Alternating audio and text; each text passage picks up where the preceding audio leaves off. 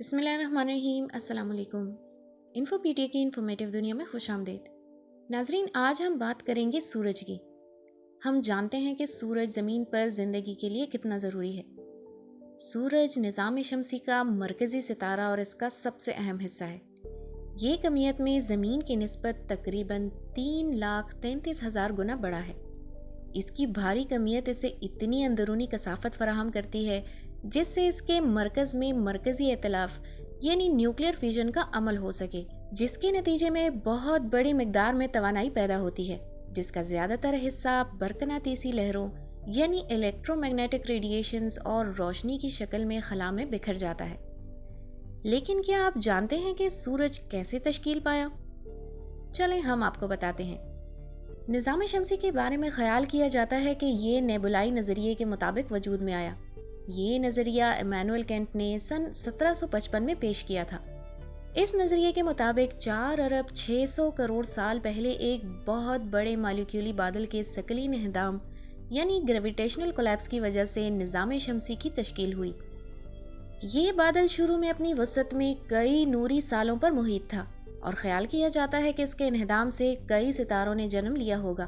قدیم شہابیوں میں ایسے عناصر کی معمولی مقدار یعنی ٹریسز پائے گئے جو صرف بہت بڑے پھٹنے والے ستاروں یعنی ایکسپلوڈنگ سٹارز میں تشکیل پاتے ہیں۔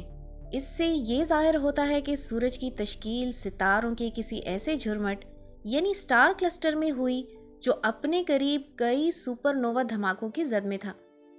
ان دھماکوں سے پیدا ہونے والی لہروں یعنی شاک ویوز نے اپنے آس پاس کے نیبولا کے گیسی مادے پر دباؤ ڈال کر زیادہ گیسی کثافت کے خطے پیدا کر دیے، جس سے سورج کی تشکیل کی ابتدا ہوئی۔ ان کثیف خطوں میں قوت ثقلی یعنی گریویٹیشنل فورس کو بہتر طور پر اندرونی گیسی دباؤ پر قابو پانے کا موقع ملا اور پھر یہ کشش ثقل پورے بادل کے انہدام کا باعث بنی۔ اس گیسی بادل کا وہ حصہ جو بعد میں نظام شمسی بنا، اپنے قطر یعنی ڈایا میٹر میں تقریباً 7,000 سے 20,000 فلکیاتی اکائیوں یعنی اسٹرونامیکل یونٹس پر محیط تھا، اور اس کی کمیت سورج کی موجودہ کمیت سے کچھ زیادہ تھی۔ اسے ماہرین فلکیات قبل الشمس نیبولا بھی کہتے ہیں۔ جیسے جیسے نیبولا سکڑتا گیا، محافظہ زاویائی معیار حرکت یعنی کنزرویشن آف اینگولر مومنٹم کے باعث اس کی گردش کی رفتار بڑھتی گئی۔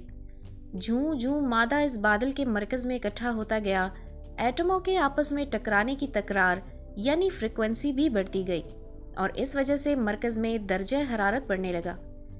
مرکز جہاں پر اب زیادہ تر مادہ اکٹھا ہو چکا تھا، گرم سے گرم تر ہوتا چلا گیا، اور اس کا درجہ حرارت باقی ماندہ بادل کے مقابلے میں کافی زیادہ ہو گیا۔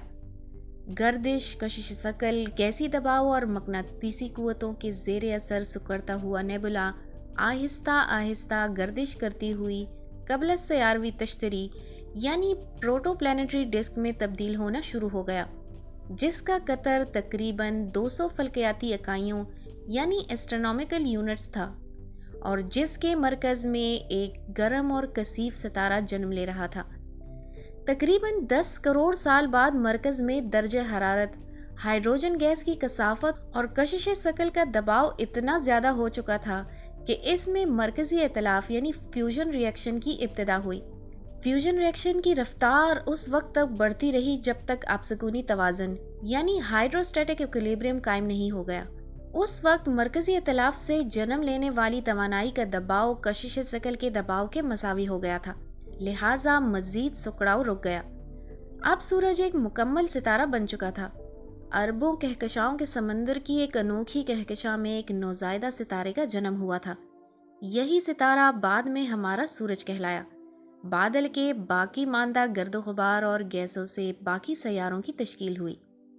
تو ناظرین، آپ کو کیسی لگی آج کی انفارمیٹیو ویڈیو؟ کمنٹس کر کے بتائیں، اپنے فرینڈس کے ساتھ بھی شیئر کیجیے گا۔ ملتے ہیں آپ سے کسی اور دلچسپ ٹاپک کے ساتھ، تب تک کے لیے اپنا ڈھیر سارا خیال رکھیے گا۔ اللہ حافظ۔